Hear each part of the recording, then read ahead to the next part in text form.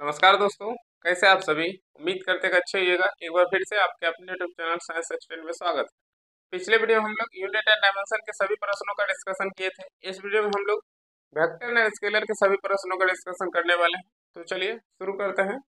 पहला क्वेश्चन है कि अदिश राशि के उदाहरण है। तो देखिए, एक होता है अदिश राशि और एक होता है सदिश राशि। यानी एक होता है सदिश राशि यानी वेक्टर, और एक होता है अदिश राशि यानी स्केलर।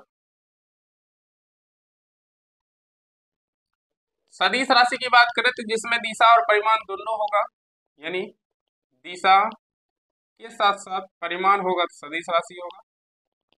और अदिश राशि की बात करें तो इसमें दिशा नहीं होगा, केवल परिमाण होगा।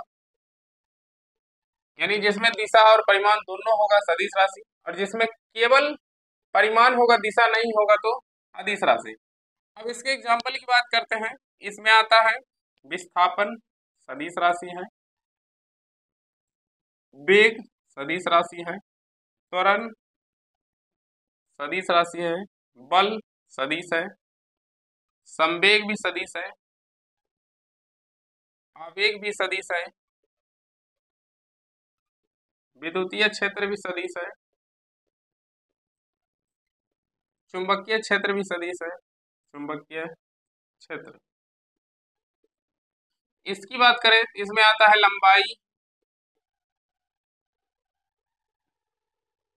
द्रव्यमान, द्रव्यमान, समय, तापमान, धारा, शक्ति, घनत्व, आयतन, कार्य, ऊर्जा, दूरी, विभव। सदिश में आता है विस्थापन, वेग, त्वरण, बल, संवेग, आवेग, विद्युतीय क्षेत्र, चुंबकीय क्षेत्र। और अदिश में आता है लंबाई, द्रव्यमान, समय, तापमान, धारा, शक्ति, घनत्व, आयतन, कार्य, ऊर्जा, दूरी और विभव। अब देखिए, आपको इसमें से एग्जाम में यादें नहीं रहेगा कौन सदिश है कौन अदिश। तो हम आपको एक ट्रिक बताते हैं। एक ट्रिक है कि जिसमें व या ब लगा होगा, जिसमें व या व लगा होगा वो सदिश होगा। यानी जिसमें ब या ब लगा होगा वो सदिश होगा। देखिए, विस्थापन में देखिए ब लगा हुआ है, क्या है?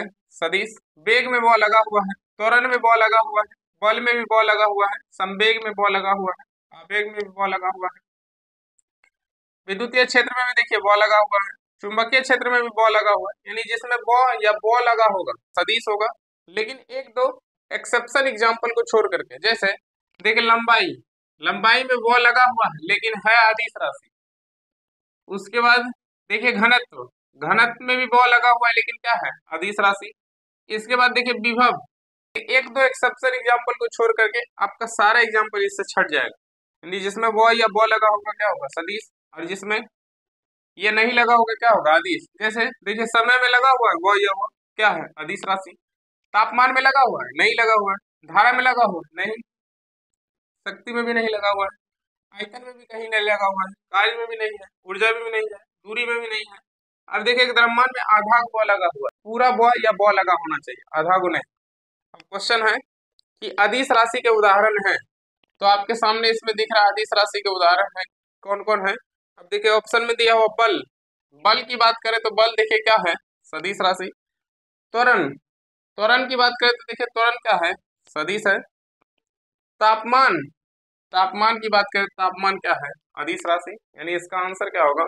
Option C. और देखिए एक ऑप्शन में है संवेग। संवेग की बात करें देखिए संवेग क्या है? सदिश राशि। यानी तीन सदिश है और एक क्या है? अदिश। तापमान क्या है? अदिश राशि। अगला क्वेश्चन है निम्नलिखित में किस समूह में सभी राशियां सदिश हैं? अब देखिए पहला ऑप्शन में कार्य, कार्य तो अदिश राशि है। कार्य क्या है? अदिश राशि। इसका मतलब ये तो होगा नहीं। पहला ऑप्शन खत्म। बी में आ जाइए, बी में है चाल। चाल की बात करें तो चाल अदिश राशि है। वेग सदिश है लेकिन चाल अदिश राशि है, यानी ये भी नहीं होगा। अब सी ऑप्शन है कि वेग, वेग सदिश है। ठीक है। आगे दिया हो त्वरण, त्वरण भी सदिश है। ठीक है। और एक है बल, बल भी सदिश है, यानी इसका आंसर क्या होगा, वेग, त्वरण, बल। सी ऑप्शन में क्या है, सभी राशि क्या है, सदिश, यानी इसका आंसर क्या होगा, ऑप्शन सी। अगला क्वेश्चन है कि सदिश राशि के उदाहरण हैं। पहला ऑप्शन है बल आघूर्ण, बी ऑप्शन है लंबाई, सी ऑप्शन है घनत्व और डी ऑप्शन है आवृत्ति। इसका आंसर होगा बल आघूर्ण। बल आघूर्ण सदिश राशि है, नहीं लिखा हुआ तो लिख लीजिए, बल आघूर्ण सदिश राशि है। और जो बच गया वो क्या है, अदिश राशि। लंबाई क्या है, लंबाई अदिश राशि है। घनत्व क्या है, घनत्व भी अदिश राशि है। और आवृत्ति भी अदिश राशि है, लिख लीजिए, आवृत्ति भी क्या है, अदिश राशि। यानी इसका आंसर क्या होगा, ऑप्शन ए, बल आघूर्ण। अगला क्वेश्चन है कि शून्य परिणामी उत्पन्न करने के लिए समान परिमाण के आवश्यक सदिश की न्यूनतम संख्या होती है। इसका आंसर होगा शून्य परिणाम उत्पन्न करने के लिए आवश्यक परिणाम की न्यूनतम संख्या होता है 2। यानी इसका आंसर क्या होगा, ऑप्शन ए, 2। अगला क्वेश्चन है कि दो सदिशों के गुणनफल से प्राप्त राशि होता है। पहला ऑप्शन है सदिश, बी ऑप्शन है अदिश, सी ऑप्शन है ए या बी और डी है इनमें से कोई नहीं। तो देखिए सदिश का जो सदिश गुणनफल होता है वो सदिश राशि होता है। सदिश का सदिश गुणनफल वो सदिश राशि होता है। और सदिश का अदिश गुणनफल जो होता है वो अदिश राशि होता है। यानी सदिश का सदिश गुणनफल सदिश राशि होता है और सदिश का अदिश गुणनफल अदिश राशि होता है। अब क्वेश्चन ये नहीं कर रहा है, क्वेश्चन है कि दो सदिश के गुणनफल से प्राप्त राशि होता है कि दो सदिश के गुणनफल से। अगर क्वेश्चन में सदिश का सदिश होता तब सदिश होता और सदिश का अदिश होता तो अदिश होता। अब देखिए कह रहा है कि दो सदिश के गुणनफल से, तो दो सदिश के गुणनफल से हो सकता है या तो सदिश होगा, हो सकता है या तो अदिश होगा।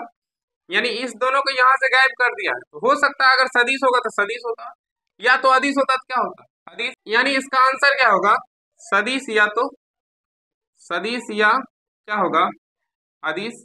यानी इसका आंसर क्या होगा, दो सदिश के गुणनफल से हो सकता है अगर सदिश होगा तो सदिश होगा, या अगर अदिश होता तो क्या होता, अदिश होता। यानी इसका आंसर क्या होगा, सदिश या अदिश। ऑप्शन सी में देखिए लिखा हुआ ए या बी। अगला क्वेश्चन है कि समांतर चतुर्भुज के बल के नियम मूलतः कितने परिणाम की गणना के लिए प्रयुक्त किया जाते हैं। पहला ऑप्शन है 4 बल, बी ऑप्शन है 3 बल, सी ऑप्शन है 2 बल और डी ऑप्शन है 5 बल। तो देखिए एक समांतर चतुर्भुज के नियम का फॉर्मूला होता है परिणाम रिजल्टेंट आर बराबर root under A square plus B square plus 2ab cos theta. अब देखिए हमसे क्या पूछ रहा है, क्वेश्चन है कि समांतर चतुर्भुज बल के नियम मूलतः कितने परिणाम की गणना के लिए प्रयुक्त किया जाता है। तो दो परिणाम के लिए, ए और बी, कितने परिणाम के लिए, दो परिणाम की गणना के लिए प्रयुक्त किया जाता है। नहीं, इसका आंसर क्या होगा, 2, ऑप्शन सी। अगला क्वेश्चन है कि किसी सदिश का घटक होता है। पहला ऑप्शन है सदा इसके परिणाम से कम, बी ऑप्शन है सदा इसके परिणाम से अधिक, सी ऑप्शन है सदा इसके परिणाम के बराबर और डी ऑप्शन है सदिश के परिणाम के बराबर या इससे कम। तो देखिए आपके सामने एक फार्मूला लिखा हुआ आर बराबर root under A square plus B square plus 2ab cos theta, और हमसे पूछ रहा है कि सदिश का जो घटक होता है वो सदिश के परिणाम के बराबर या तो उससे कम हो सकता है। देखिए सदिश का घटक मान लीजिए ए और बी है, तो जब इसका परिणाम निकालिएगा तो हो सकता है इसके बराबर हो सकता है, या तो हो सकता है इससे क्या होगा, कम होगा। यानी इसका आंसर क्या होगा, सदिश के परिणाम के बराबर या इससे कम। इसका आंसर क्या होगा, ऑप्शन डी। उम्मीद करते हैं कि डिस्कशन आपको अच्छा लगा होगा। कैसा लगा है कमेंट करके जरूर बताइएगा। इस वीडियो के लिए इतना ही, मिलते हैं नेक्स्ट पार्ट में, तब तक के लिए